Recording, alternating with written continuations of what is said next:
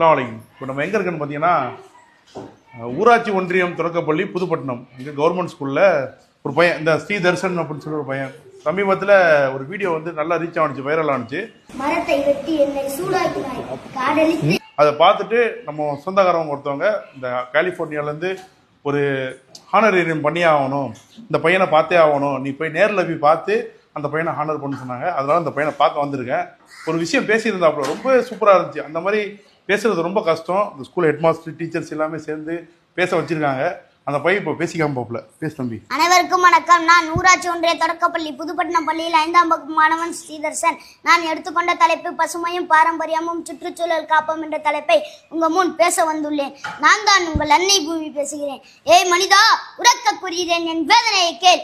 காடுகள், மலைகள், ஆறுகள், கடல்கள் போன்றவை என் இயற்கை படைப்புகளாகும். நான் பசுமையாக இருந்தால்தான் உங்களுக்கு சிறந்த வாழ்க்கையை தர முடியும்.